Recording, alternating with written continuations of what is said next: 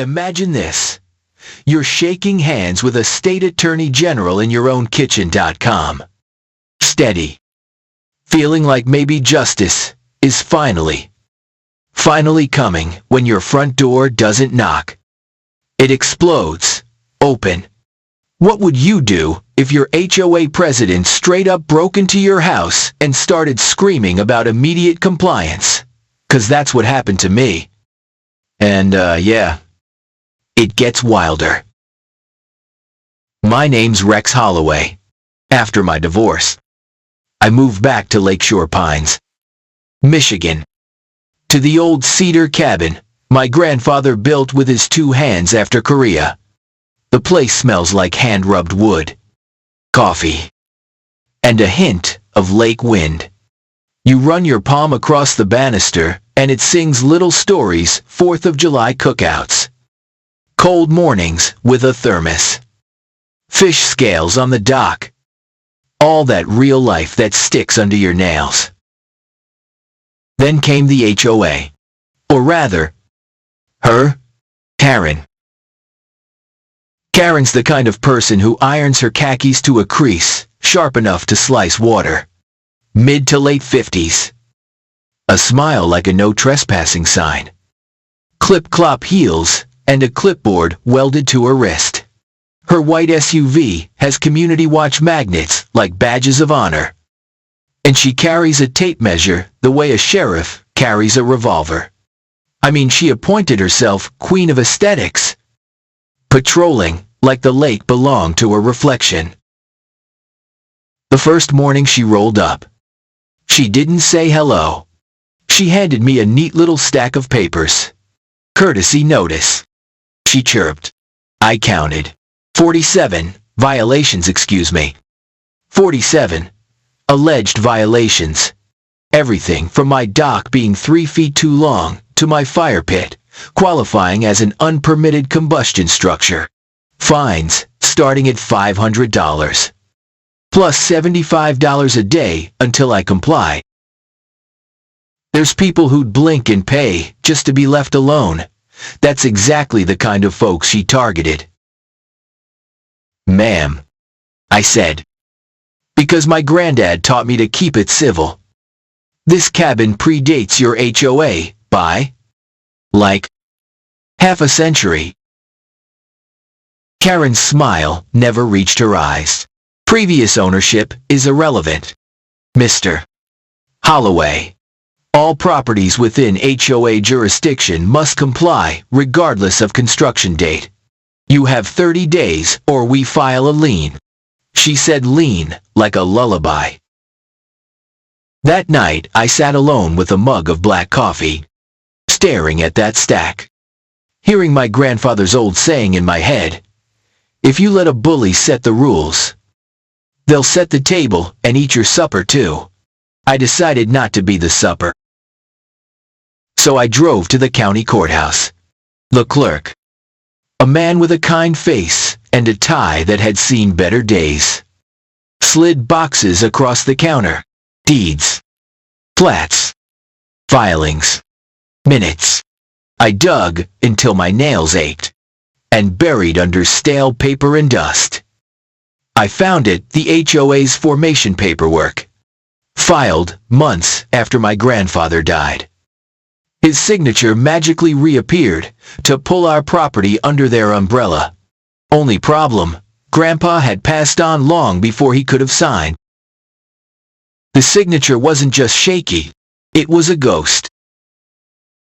I didn't scream. I took photos. I made copies. I tucked the originals back exactly where I found them. And I went home with my hands shaking. Because if that page was what I thought it was, Karen's throne was made of wet cardboard. The next morning at dawn, Karen returned with a surveyor Jimmy, a nervous guy with a laser level, and a local tire shop owner she called witness. They stomped around the property, peering through windows, clicking photos like paparazzi at a red carpet scandal. My grandpa's porch, my dock, My grandmother's stone bird bath, each one turned into a line item for their compliance action plan. Thing is, I'd installed new security cameras the night before. Legal. Obvious. The kind with little blue LEDs that blink like a heartbeat. Everything recorded. Every barked order. Every tape measure snap. Every time Karen tried to peek through a window. Which is sorry, not how neighborliness works. Jimmy stuck around after Karen drove off to go terrorize somebody else. He scuffed his boot against the gravel. "Look," he said. "I'm being paid half what was promised. And she told me to. Find something or make it up. I just want to do my job." He held my eyes for a beat too long. "If this goes south, I'll testify. Good men sometimes whisper. It takes a minute to hear them." That night, I wrote everything down. Dates in words. Times spelled out. Names. Places. The color of Karen's nail polish. All of it. My grandfather used to say, "A story without notes is just air." I was building a storm. The fines started arriving like junk mail with a vendetta. $100 for a non-conforming garden light. $200 for unauthorized outdoor seating. Another notice warned me that my flagpole, my grandfather's flagpole, exceeded neighborhood standards by 3 inches. Sorry, 3 inches. Measured by Karen's sacred tape like it was the rod of Moses. I kept paying attention, but I did not pay those fines. Stella Crawford, a property attorney out of Grand Rapids who's got steel in her stare and a knack for turning statutes into scalpels, met me at a diner that smelled like bacon and hope. Michigan recognizes private attorney general actions in some consumer protection frameworks. She said between sips, "If we can prove fraud or a pattern of abuse, we can go wide. And by the way, pre-existing properties like your cabin may not be subject to later formed HOA restrictions. There's nuance. So we'll be careful." She tapped the stack I'd brought photos. Notices. My notes. That haunted signature. Keep documenting. Everything. Meanwhile, Karen escalated. She called my mortgage company. Her brother-in-law works there. Because of course, he does, hinting I was a risk. She told the folks at Murphy's Diner that I was a dangerous, unstable veteran. Which, besides being gross, is the kind of defamation that leaves footprints in wet cement. She showed up at night, squatting behind the hydrangeas to observe. One time, I stepped out to grab wood for the stove and nearly tripped over her. She popped up like a raccoon, hissed something about violations after dark, and vanished into the shrubbery. Neighbors started whispering to me in their driveways. Martha, a widow with a garden that's fed half the block for decades, said Karen made her dig up her roses 'cause the color wasn't on the palette. Tom, an Afghanistan vet with forearms like hickory, admitted he'd never felt more cornered in his life. A young couple, sweet people with twins, got fined for driveway chalk. Driveway chalk. Visual clutter. Karen called it. I mean, have you ever seen chalk stick to asphalt through a thunderstorm?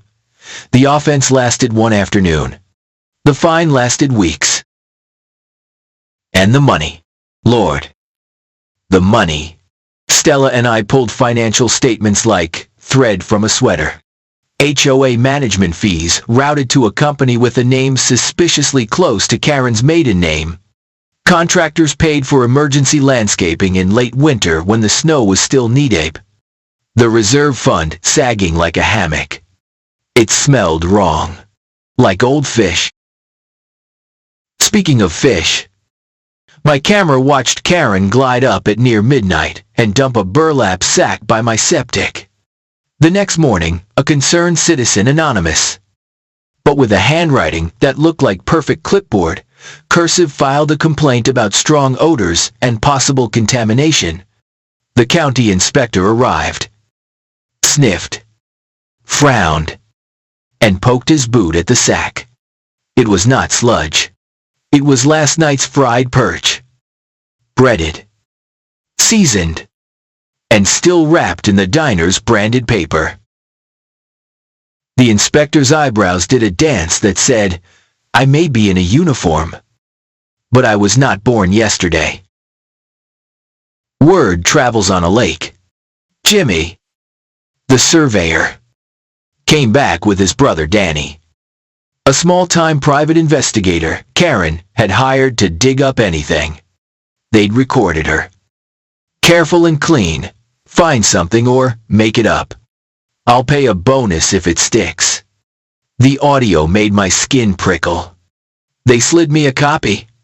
We're done being used. Danny said. We'll testify. Sometimes, decency shows up wearing work boots and a guilty look. We filed our counterclaims, fraudulent formation, harassment, defamation, financial abuse. Stella threaded them like beads. Precise and patient. She's not the kind of lawyer who shouts. She's the kind who brings an extra folder because she knows the judge will ask a question exactly once, and she'll have the answer exactly there. At the monthly HOA meeting held in a clubhouse that smells like lemon cleaner and control, Karen ran the agenda like a drumline. When new business came, I stood. Stella stood with me. And behind us, something new stood too. Neighbors. Martha, with dirt under her nails. Tom, with steady eyes. The twins' parents, holding hands. 3 retirees in matching windbreakers. A nurse who works nights. A teacher with a voice trained to hold a room without yelling. One by one, they told stories. Small fines that snowballed. Petty citations that turned into threats. Late night prowling. There's people here who are scared to answer their own doors, Martha said, and her voice cracked like old paint. Dale Pritchard, the tire guy Karen liked to parade as community oversight, slipped up. I told you that paperwork was sketchy from day one, he muttered. The room snapped quiet. Karen's smile turned brittle. Out of order, she snapped. But the words already floated like feathers soft. Sticky. Impossible to sweep away. A local news crew came sniffing, courtesy of Karen's own phone calls. She'd pitched them a tidy little story about a non-compliant homeowner terrorizing a peaceful neighborhood. The camera light baked my living room. I set out polite. Boring facts, like appetizers, notarized timelines, video clips of midnight fish drops, audio of find something or make it up. A spreadsheet that even a bored accountant would find invigorating. The reporter's eyebrow did that thing where it climbs and refuses to come back down. The segment aired that evening. Not as Karen had planned, but as truth. People started emailing.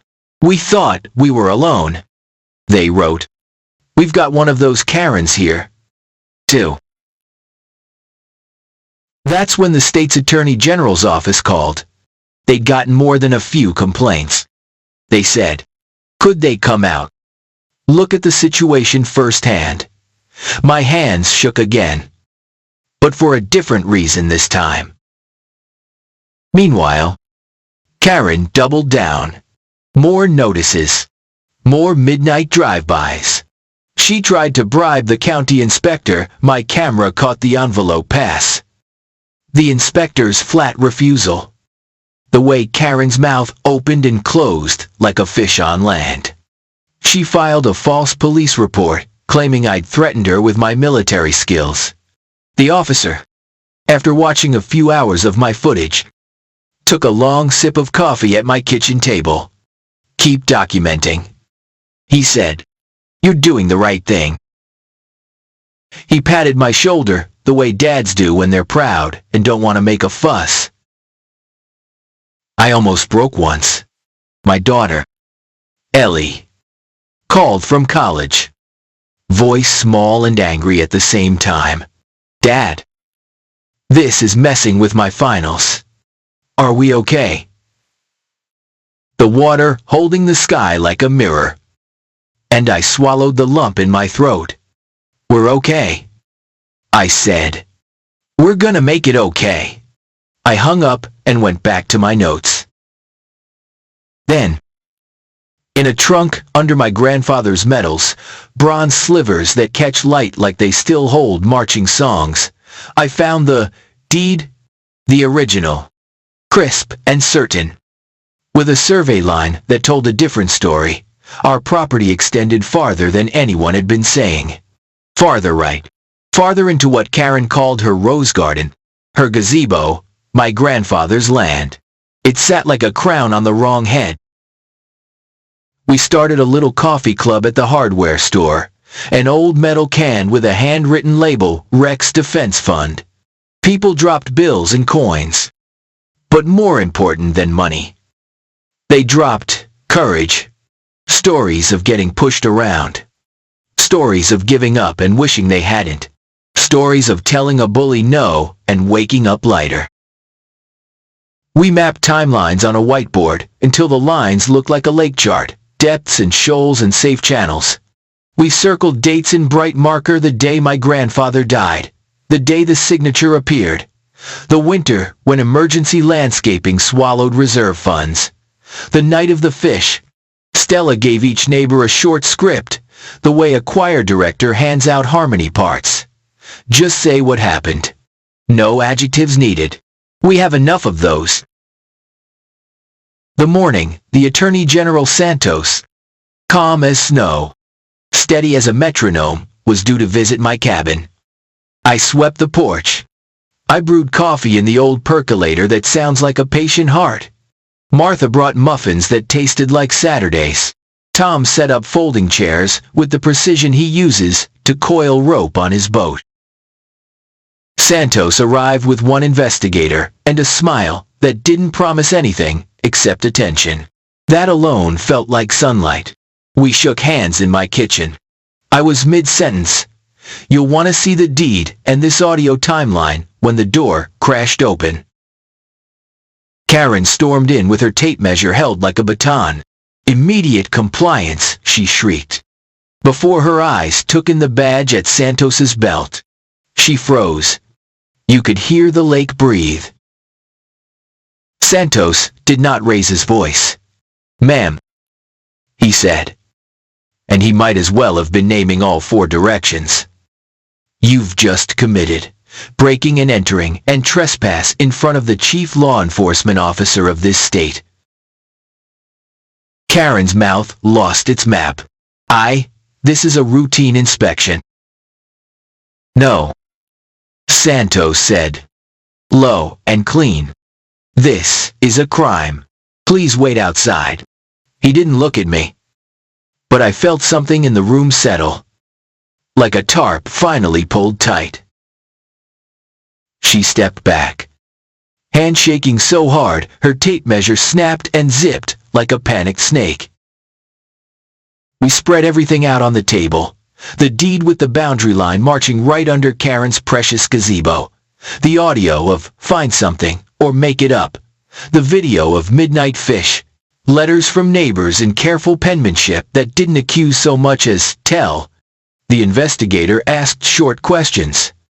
Santos listened, like a dock listens to waves flexing, never breaking.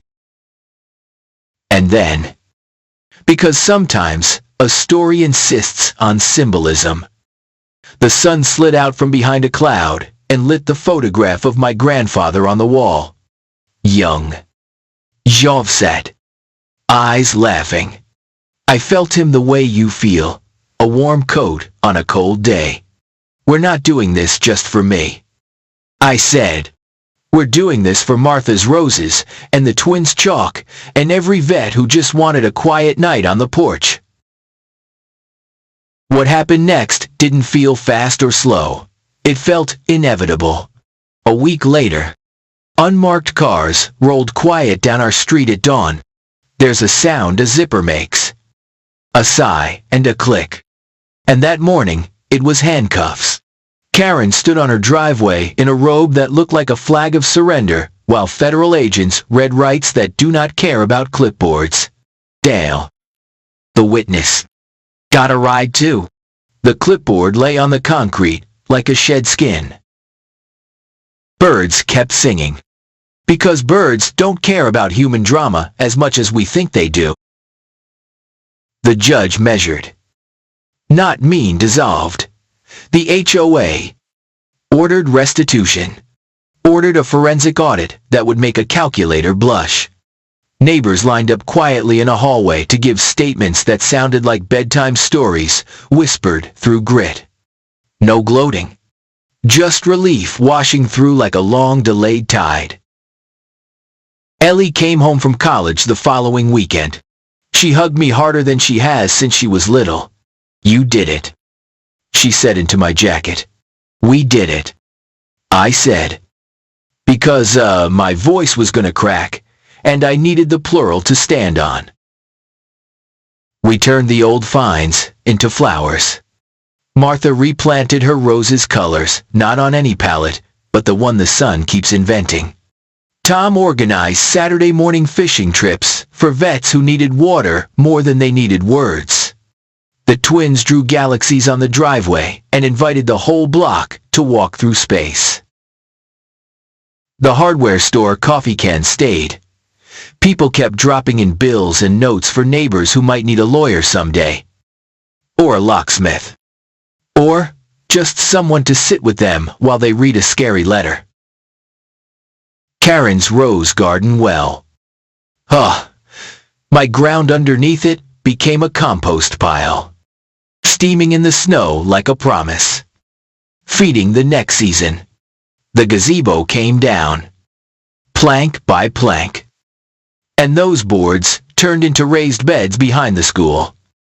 Where tomatoes teach math better than worksheets ever could. Some nights I'd sit on the dock with a thermos, and the old flag lifting just enough to whisper. I'd think about the first time Karen set that tape measure on my railing and how small I felt. Then I'd think about Martha's dirt-smudged grin, and Tom's quiet nod, and Santos's steady eyes. And sorry, my heart would go loud in my chest. Folks sometimes ask if I'm angry. I was. Then I was tired. Now I'm something else. Look. Bullies like Karen wrap themselves in rules and convince good people to be quiet. The trick, I guess, is remembering rules are supposed to be fences that keep us safe. Not cages that keep one of us in. A year on. The lake looks the same and different. Same soft mornings where mist sits low and the loons gossip like old friends. Different laughter, though bigger somehow. Like the sound has more room to stretch. The veterans retreat we started at the cabin has a waiting list. Martha runs the calendar with a pencil and a queen's patience. Tom's boat is booked out with folks who want to watch the sun break over water and remember they're still here. Still whole. When I tell the story now, at barbecues, or to the new neighbors in the yellow farmhouse, I don't start with the explosion of my front door. I start with my grandfather's hands. How he taught me to sand with the grain. To square the corners. To measure twice, 'cause it ain't just wood you're keeping true. It's your own soul. If you let a bully set the rules, he'd say, you'll lose your supper. But if you stand up with notes, with neighbors, with patience, sometimes supper turns into a feast and everyone eats.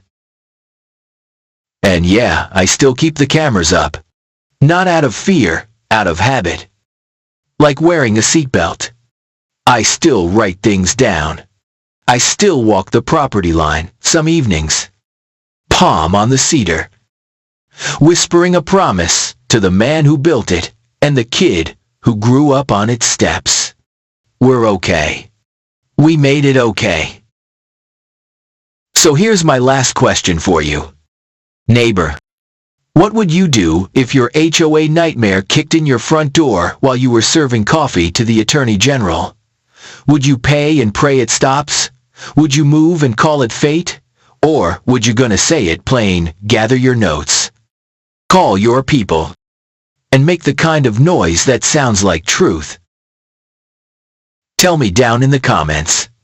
Tell us. Somebody like Martha is gonna read your story and find the courage to plant roses again in the color that makes her smile. Somebody like Tom is gonna hear it and remember that standing guard at a door can mean holding a plate of cookies for a neighbor.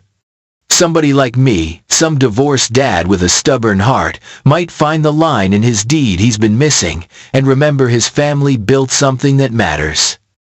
And he's the one who gets to keep it safe. And if you've ever stared down a clipboard with your knees knocking and your chin up, well, pull up a chair on this dock. The coffee's hot. The flag's lifting. The tape measure's quiet. We saved a place for you. Anyone else had a HOA do something like this to you? What would you do here?